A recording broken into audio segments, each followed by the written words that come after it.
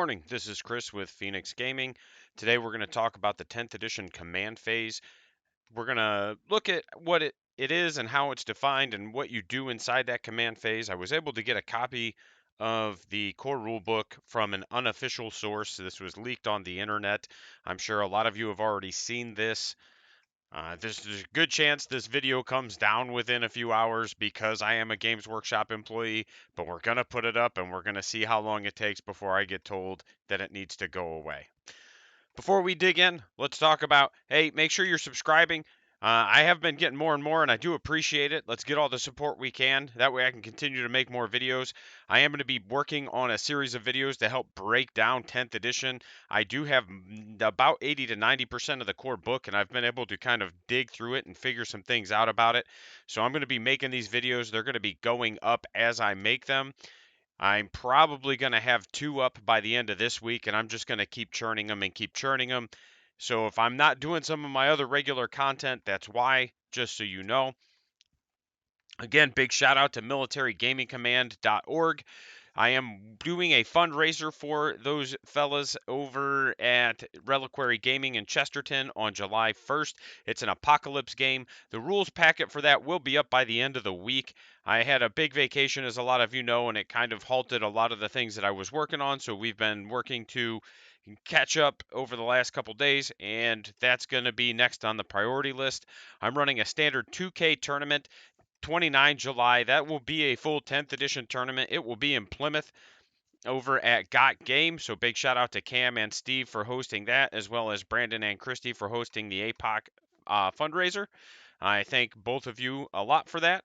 And don't forget, I do still have the giveaway. We didn't hit our goal, so we're gonna go ahead and keep trying to hit that goal so we can give away that gorgeous model. So make sure you are clicking the link in the description, go into the video, liking, commenting, and make sure you're subscribing. And that way we can give somebody a really cool video or a really cool model. And I'm just excited to do it. So this is going to be a relatively quick video. The command phase is split into 2 steps. Step 1, both players gain 1 command point, and then you resolve any or all of your command phase rules. Pretty straightforward and simple, and honestly hasn't drastically changed a lot in that regard. Step 2 is the battle shock tests. That is a big change, which we will dig into in just a minute. Gaining command points, both players gain 1 command point each command phase, and you are still limited to gaining 1 command point per battle round. Battle shock, each unit that is below half strength must take a battle shock test.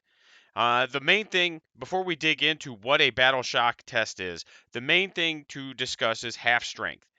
And half strength is a unit that has fewer than half, or below half strength is a unit that has fewer than half its models remaining. So if I have 30 orc boys, 14 would be below half strength.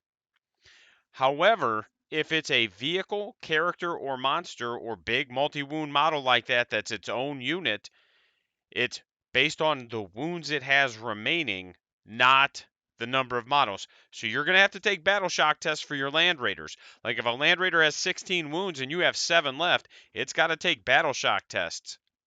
And that's important to note because this is an interaction that didn't exist before and now it does.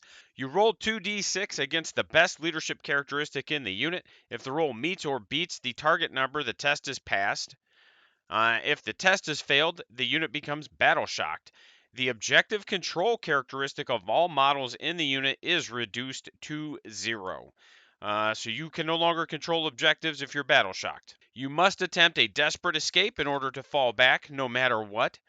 And we'll dig into that in another video, but it's basically the same as the 9th edition strat. It's just not a stratagem anymore. That'll actually be in my movement phase video. Battle shocked units cannot be affected by stratagems, so you can't use any stratagems on anybody that's failed a battle shock test. I would suggest getting some battle shock tokens to represent your units that are battle shocked, and that's going to be important because you're going to need to know. The command phase doesn't really change a lot outside of adding the battle shock rolls. You still generate CP pretty much the same. I do feel like the battle shock is theoretically an improvement over 8th edition and 9th edition. I don't like arbitrary casualties to bad dice rolling.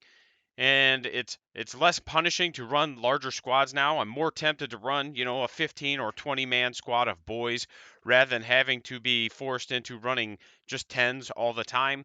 And not losing, like my 50-point Coptas to bad dice rolling is going to be nice. The downside is that it's going to be dice that are rolled every turn. Every turn that you're under half strength, you're rolling that battle shock test. So you're going to be doing that every turn for the rest of the game once you hit that threshold. So it's not the end of the world. It's just a thing to keep in mind.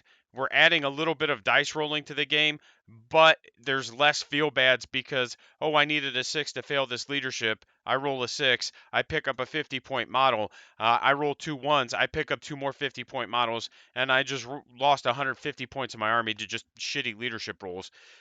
Trust me, as a person who's been on that end of that rule, it does feel bad when you're one of the few armies that interacts in that way. That's going to wrap it up. Again, big shout out to my immortals, Captain Too Tall, the real Donnie G, and Lord Wellingstone. You guys, your support's been awesome. I've been able to, like I said, just rebuild terrain. I've got a lot of terrain. I'm going to be going to a tournament in the next week or two. And in that tournament, I will be bringing a lot of this terrain that I've been able to purchase to help supplement the TO. And that's going to be pretty cool. So, links in the description, also on the screen. Again, the giveaway is going to be in the description. I'll also make it a comment, so it'll be real easy to find. And we are changing some things around. It is growing. It is getting a little bit cleaner and nicer looking. So just keep a lookout for that. Thanks a lot.